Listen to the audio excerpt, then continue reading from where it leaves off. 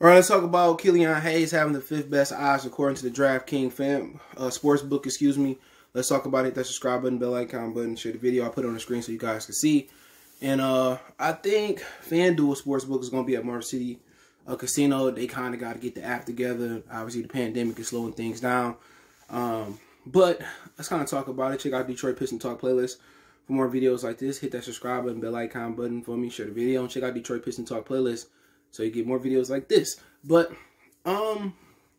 yeah, the odds start off with LaMelo, who was a plus 400. So let me explain the odds if you don't understand how it goes.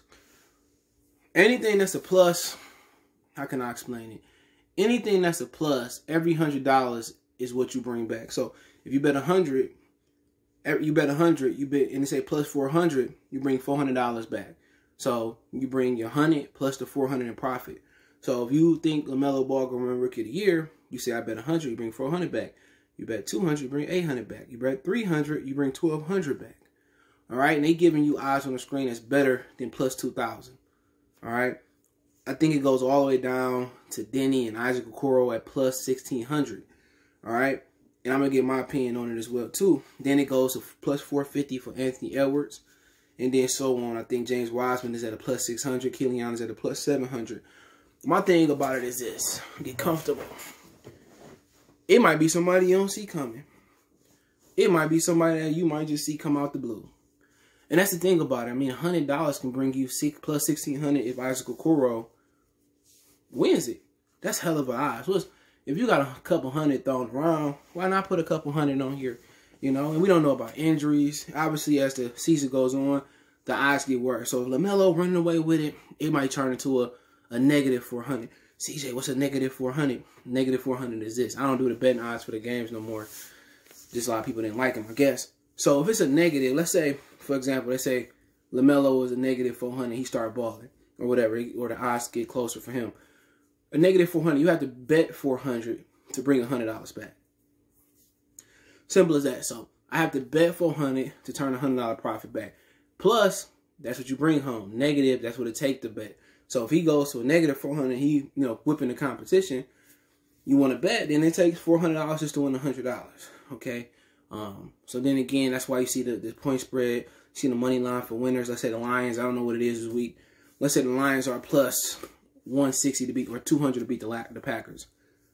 $100 bring you $200 in profit. The Jets was a plus 290 yesterday. I told everybody to take the last week on my other channel, check it out, Goodfellas Sports TV, to take the spread. I thought they was going to win.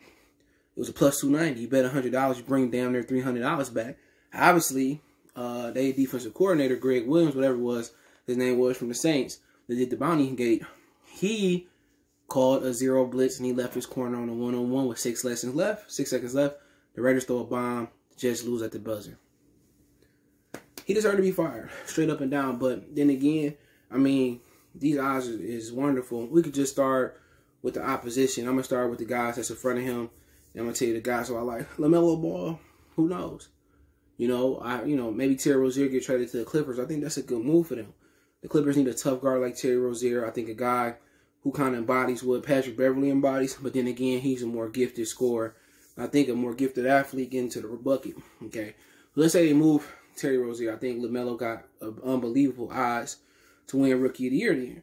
Think about it. You say get rid of him. You still got Devontae Graham.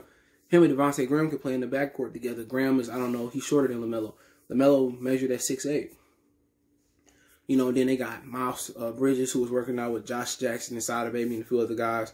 You got P.J. Washington out of Kentucky the other year at the 4. I mean, I forget who their center is. They got they signed Bismack Biyombo back. But I think they might still have Cody Zeller. But, I mean, he ain't a bad bet. Then again, it's Terry Rozier there. Are they going to hand him the keys to the car and say Terry Rozier play the 2 or get to the back of the bus?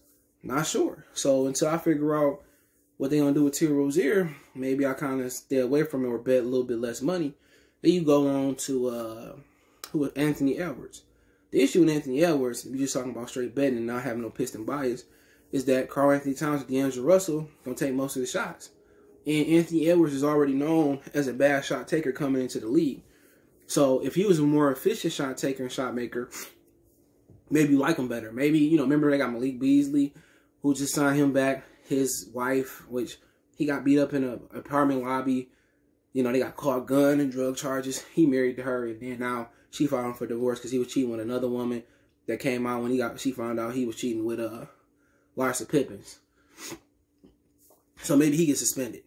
So if you think Edwards will win, it's just going to be solely on how many attempts do we get. We know D'Angelo Russell always injured. If you think Russell going to get injured for an extended amount of time, Malik Beasley going to get suspended, then he can take 20, 30 shots a game. He probably will be Rookie of the Year. So he a plus 450 if my memory serves me correctly. That's beautiful odds, especially knowing D'Angelo Russell get hurt, knowing Malik Beasley probably going to be suspended for his charges and all that. So personally, that's one of my favorites. You go down to Obi Toppins. I mean, he with the Knicks. I forget what he is. He plus 500 something, I believe. Maybe even 500. Maybe on the screen. I love Obi Toppins. He just don't play no deep, which this is no factor here. Maybe a factor if he get on the court. RJ Barrett take questionable shots. The one thing that gave me faith with him probably winning Rookie of the Year, he got a real point guard in Alfred Payton. If he stay healthy, Alfred gonna make the game easier for him. So I like Obi Toppins. He can shoot it. He can finish at the rim. If you got a middle game and a floater, he might run away with it. And then he in New York, you know, automatically you kind of take a step back. And you be like, you know, New York is a black hole for talent. He probably gonna get injured. But personally, I like Obi Toppins. He just didn't play defense, and that was my issue. And people say, oh, he's 23, 24, went to prep school. That was the issue. Me personally, he's 24. I say turn 25 next year early. I don't know. I think he still got a lot of years left. Unbelievable talent. I'm not knocking him. All right. And then you go to James Wiseman. Me personally, plus 600 James Wiseman. I don't like it. I don't think he's ready to play. I've seen some of the footage from him in high school and then a little bit in college he played. He just don't understand defensive. He don't have basketball IQ defensively. He not strong enough. He don't understand how to get low. He don't know how to leverage he don't know how to leverage his opponent defensively in the post. And then you just think about it. He can score a little bit. He a left-handed. People say he Chris Bosh, but he can get up and down the court. But my issue is I think he's going to be in a lot of foul trouble early on. I think, you know, even though guys don't get in the post that much, I just think he just physically too weak in the lower and the upper body. I just really see those being the worst odds here. Saying you say 600, I just don't see him doing much. A team that's predicated on defense and switching and rotating or, you know, taking your player. He just has a low defensive IQ. And I think it's going to take him at least a year or two to kind of grow into that role.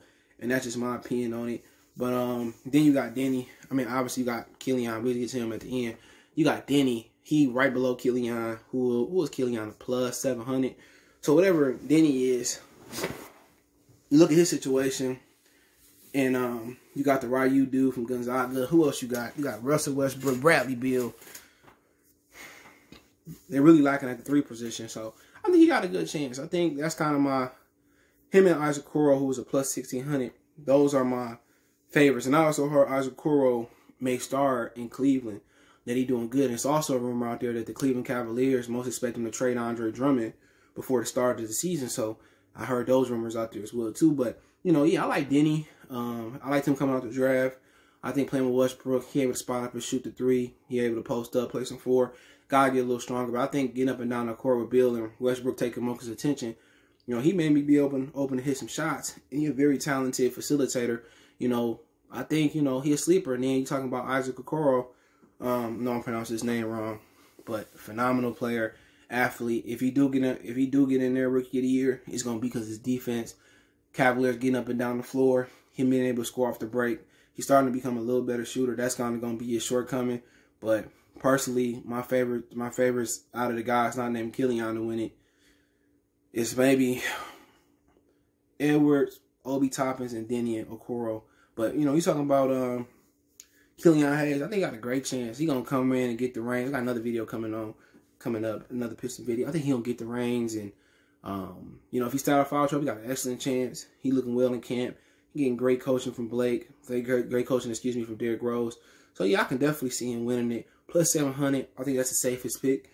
$100 get you $700 in profit. Why not? If everything is true, he's going to have a tough January. But, you know, if everything is true, he can score. And you're going to have Blake also facilitating. Why not? You know, any of these guys. You're talking about the plus $1,600. Okoro, I mean, why not? $100 get you $1,600 if they win it. It's wide open this year. It's not like it's a Zion or a John Morant. So, I mean, even LaMelo bring you, what, $400 back.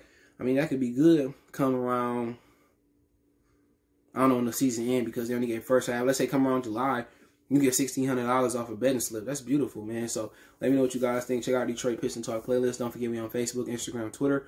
You can reach out if you have a business question, inquiry, sponsor, video question, or you can advertise your business on the channel. Appreciate it. All my social media links in the description. Want to make a donation to the channel? Cash App CJ Good 313. That's in the description. PayPal link in the description. Best way to donate, share the video, hit that subscribe button, bell icon button, share the video, please.